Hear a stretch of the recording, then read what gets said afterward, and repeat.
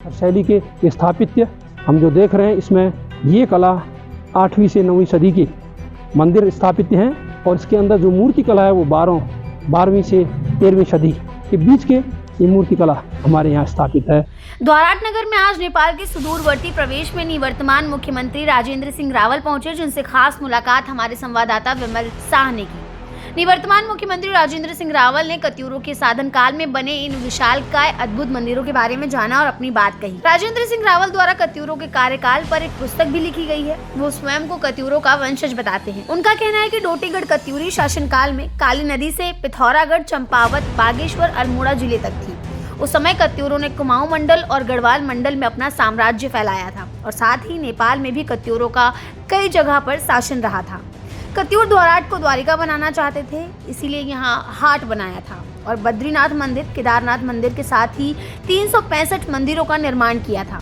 मगर द्वारिका बनाने के लिए सबसे जरूरी 2 नदियों का संगम होना था, जिस पर रामगंगा नदी अपने नियत समय पर पहुंच गई थी, मगर कौशिकी नदी, जो आज की कोशी नदी के नाम से जानी जाती है, वो नहीं पहुंच पाई थी, जिसे रामगंगा द्वारा श्राप दिया गया कि भविष्य में किसी भी नदी के साथ कौशिकी नदी का मिलन या संगम नहीं होगा। और कोशी नदी का आज वास्तव में कहीं संगम नहीं होता। सबसे बड़ी बात, नेपाल के राजेंद्र सिंह रावल ने कहा कि मंदिरों के इस नगर को पर्यटन की दृष्टि से आगे बढ़ाने में यहाँ के जनप्रतिनिधियों, अधिकारियों और सरकार द्वारा सकारात्मक कदम नहीं उठाए गए हैं। ये चिंता का विषय है। देखिए द्वाराट से हमारे संवाददाता विमल शाह की ये खास रिपोर्ट।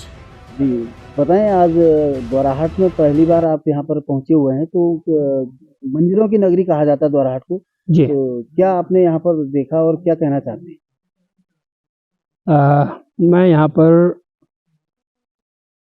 हमारे अल्मोड़ा एसएस जीना यूनिवर्सिटी में अपने एक सामाजिक सांस्कृतिक रूप से इस क्षेत्र का हिमालयन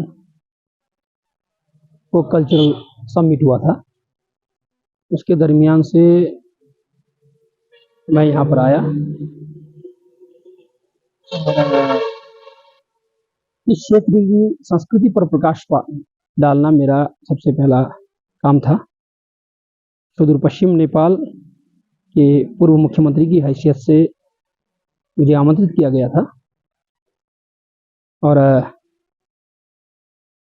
हम दोनों क्रॉस बॉर्डर में जो देश रह रहे हैं, जो प्रदेश रह रहे हैं देश के, सुदूर पश्चिमांचल प्रदेश नेपाल का है और इधर उत्तराखंड भारत का सीमांत प्रदेश। तो इन दोनों की संस्कृतियाँ, इनका आर्किटेक्चर, इनके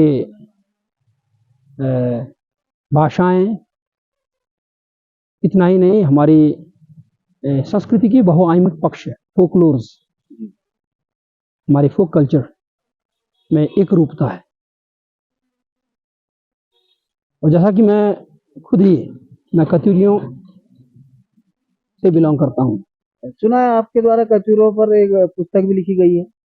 जी, मैंने कत्यूरियों की शाखा, जो रैका शाखा थी, जिसने कत्यूरियों के शासकों में से ब्रह्मदेव की संतान है, इसमें त्रैलोक्यपाल, जिसे जगतीपाल भी कहा गया है,